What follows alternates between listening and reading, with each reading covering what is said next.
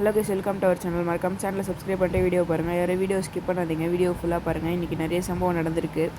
ஸ்டார்டிங்லேயே பார்த்தீங்கன்னா மீனாக தான் அழுதுட்டு இருப்பாங்க. என் மேலேயும் தப்பு இருக்குது, என்ன மன்னிச்சிருங்கன்னு கேட்குறாங்க. விஜயாவும் முத்தும் செம்ம டென்ஷன் ஆகிடுறாங்க. இந்த பிரச்சனை டிவி எப்படி சொல்லாமல் இருக்கா பாருங்கள் அப்படின்ட்டு, இவ்வளோ வீட்டிலே இருக்கக்கூடாதுன்ட்டு விஜயா வந்து சொல்கிறாங்க முத்தோட அப்பா கிட்ட. அப்புறம் விஜயா வந்து செம்ம டென்ஷனில் கத்துறாங்க. நீயும் ரோஹினியும் குறுக்கி பேசும்போது ஏதோ இருக்குன்னு நான் நினச்சேன், இது இப்போ தான் வெளியே வருது, நீயும் இந்த வீட்டில் இருக்கிறதுக்கு தகுதியே இல்லைன்றாங்க. உடனே மீனா வந்து என்னை மன்னிச்சிருங்க அத்தை, மாமா நான் மன்னிச்சிருங்க அப்படின்னு அழுகுறாங்க. யாரும் கேட்குற மாதிரியே தெரில. உடனே விஜயா ஓடி போய்ட்டு, மனோஜே நீ கண் கலங்காதரா, இந்த தப்பு செஞ்சவளோ தப்பை மறைச்சவளோ தான் அழுவணும், நீலாம் அழுவவே கூடாது அப்படின்ட்டு விஜயா வந்து மனோஜ்கிட்ட சொல்கிறாங்க. அப்புறம் மீனா வந்து முத்துக்கிட்ட பேசலான்னு வரும்போது, என்கிட்ட பேசாத அப்படின்னு சொல்லிட்டு முத்துவும் போயிடுறாரு. அப்புறம் வேறு வழி இல்லாமல் ரோஹினியை கழுத்து தள்ளி விட்டுருப்பாங்க. அவள் மகேஸ்வரி வீட்டுக்கு தான் போயிருப்பாங்க. மகேஸ்வரி அவங்க சொல்கிறாங்க, அவங்க ஃப்ரெண்டு சொல்கிறாங்க போல், இவெல்லாம் வீட்டில் இருக்கக்கூடாது, இவர் தான் நம்மளுக்கு தான் பிரச்சனை, இவ தான் பண்ணிக்கிட்டோன்னா என்ன பண்ணுறது அப்படின்னு கேட்குறாங்க. அப்புறம் மகேஸ்வரி வந்து போதும் எனக்கு எல்லாமே கேட்டுருச்சு, நானும் போகிறேம்மா ரோஹிணி சொல்கிறாங்க. அப்புறம் இந்த சைடு மனோஜ் செம்ம சுகமாக உட்காந்துருக்காரு. அவர் யோசிச்சு பார்க்குறாரு, நம்ம முன்னாடி என்னெல்லாம் நடந்துச்சு, எப்போ ஃபஸ்ட் டைம் ரோஹிணியை மீட் பண்ணாங்க அதெல்லாம் வந்து மனோஜ் யோசித்து பார்க்குறாரு. அவங்க காஃபி ஷாப்லலாம் பேசினது, கல்யாணம் நடந்தது, அதெல்லாம் நினச்சி பார்க்குறாரு மனோஜ். அப்புறமா என்ன சொல்லியிருப்பாங்க, இந்த மாதிரி கல்யாணம் ஆகி சண்டையே வரலைன்னா அவங்க ரெண்டு பேரும் ஏதோ மறைச்சிட்ருக்காங்கன்னு தான் அர்த்தம் அப்படின்ட்டு சொல்கிறாங்க. அதெல்லாம் மனோஜ் இப்போ தான் யோசித்து பார்க்குறாரு. அப்புறம் இன்னொரு முக்கியமான விஷயம், ரோஹிணி வந்து கல்யாணியாக வந்து பேய் நாடகம் போட்டிருப்பாங்க. அதெல்லாம் பயந்து யோசித்து பார்க்குறாரு.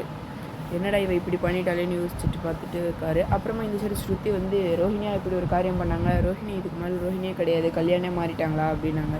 ஒரு ரவி வந்து இதுக்கு மேலே அவங்க சேருவாங்கனாலே தெரில, அது பெரிய டவுட்டாக தான் இருக்குது, அது மனோஜ் எடுக்க வேண்டிய டிசிஷன், நம்ம எதுவும் பண்ண முடியாதுன்றாங்க.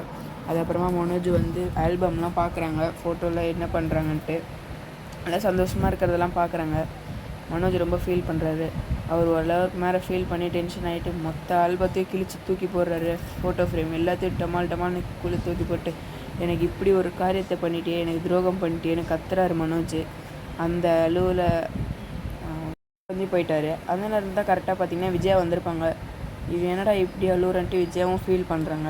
அதுக்கப்புறமா மீனா வந்து கிச்சனில் போயிருந்திருப்பாங்க. அப்போ ஒரு ஸ்ருதியும் ரவியும் வந்து நீங்கள் ஃபீல் பண்ணுறதுல அர்த்தமே இல்லை, நீங்கள் தப்பே பண்ணல, கொஞ்சம் தான் தப்பு பண்ணீங்க அப்படின்னு சமாதானப்படுத்துகிறாங்க.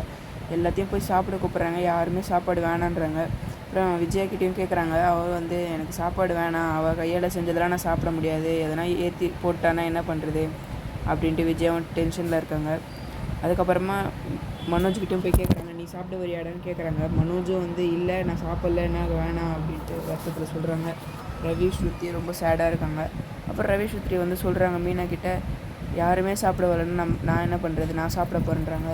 அப்புறமா சாப்பிடாமல் இருந்தால் ரோஹிணி கல்யாணம் மாறி இருந்திருக்க மாட்டாங்களா அப்படின்ட்டு ஒரு கேள்விலாம் கேட்குறாங்க. அதில் எல்லோரும் ஷாக்காக வராங்க. கரெக்டு தான் போல் அப்படின்ட்டு நினைக்கிறாங்க.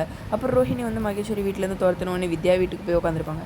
வித்யா வீட்டில் அவர் சொல்கிறாரு, எனக்கு நல்லா தெரிஞ்சவர், அவர் என் அண்ணன் மாதிரி நான் பார்க்குறேன், அவர் என்னை தம்பி மாதிரி பார்க்குறாரு, அவங்களுக்கு இப்படி ஒரு காரியத்தை செஞ்சவங்கள நான் இதுக்கு வரைக்கும் வீட்டில் வச்சுருக்கவே மாட்டேன் அப்படின்ட்டு சத்தமாக சொல்கிறாங்க. அது ரோஹிணியும் கேட்டுடுறாங்க. ரோஹிணியும் செம்ம சேடாயிடுறாங்க. அதுக்கப்புறமா இன்னொரு வாட்டி சொல்கிறாங்க, இல்லை வாய்ப்பே இல்லை, இதுக்கு மேலே நம்ம இந்த வீட்டில் வச்சுருந்தா எனக்கு தான் அவமானம், முத்து அண்ணன் வந்து நம்ம தப்பாக பார்ப்பாரு அப்படின்றாங்க. அதை கேட்ட ரோஹிணி ரொம்ப சேடாயிடுறாங்க. என்னடா இவங்க இப்படிலாம் பேசுகிறாங்களேன்ட்டு. இதுக்கு மேலே அவங்க வாழ்க்கை என்ன தான் ஆகுதுன்னு ஒரு குறிக்கோளாக தான் இருக்குது. மறக்காமல் சேனலை சப்ஸ்கிரைப் பண்ணிடுங்க, ஷேர் பண்ணிடுங்க, லைக் பண்ணிடுங்க. இந்த டவுட் இருந்ததுன்னா கமெண்ட் பண்ணுங்கள். நெக்ஸ்ட் வீடியோவில் பார்க்கலாம். பை.